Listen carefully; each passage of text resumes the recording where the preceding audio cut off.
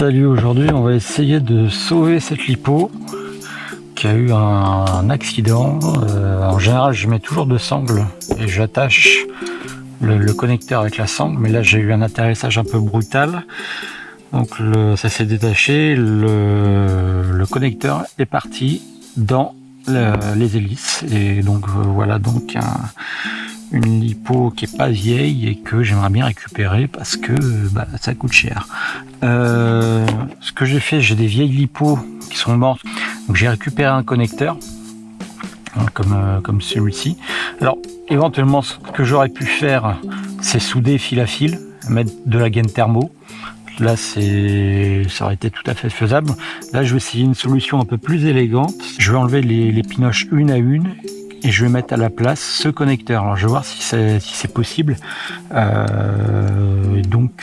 Voilà, ça peut vous aider à sauver une lipo, parce que je suppose que ça arrive à pas mal de monde, ce genre de galère. Alors surtout moi voilà, quand je manipule une lipo, je fais ça à l'extérieur. On sait jamais si un courju, une fausse manip, voilà, c'est vite arrivé. C'est du 4S, donc il y a 5 fils, il faut absolument pas que les fils se touchent, parce que sinon voilà, ça fait un petit feu d'artifice.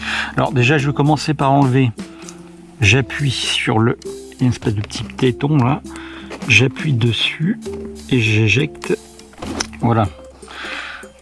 Donc premier connecteur.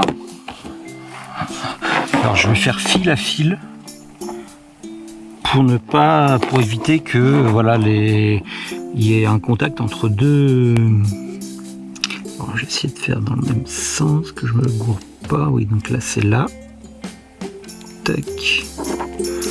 On l'enfonce.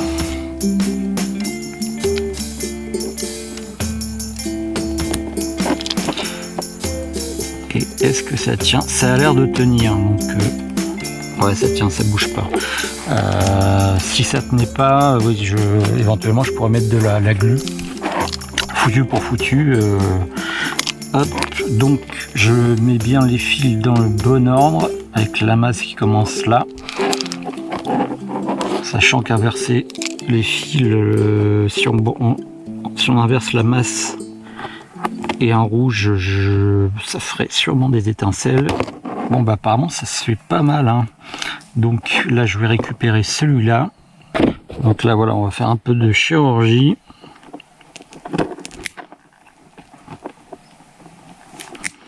Sans abîmer le connecteur, voilà, je l'ai récupéré. Donc on va le mettre sur je l'enfonce avec mon petit tournevis pour que le picot, voilà, puisse jouer son office. Voilà, c'est bien rentré. Voilà, donc je vais faire ça pour les trois autres câbles et on se retrouve après. Donc j'attaque le dernier câble. Ça se fait bien, plutôt pas mal, hein. Juste veiller à ne pas abîmer l'ergot qui va servir après à maintenir le câble dans le connecteur. L'ancien je m'en fiche un peu, mais celui que je conserve, il faut qu'il soit en état. Donc le dernier, voilà, donc ma lipo est sauvée. Je vais quand même mettre le testeur dessus histoire de voir que tout va bien.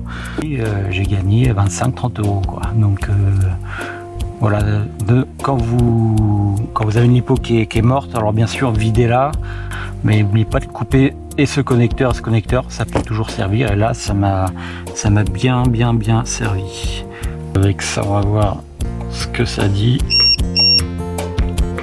Donc il voit bien mes 4 cellules. Voilà, c'est tout, à plus.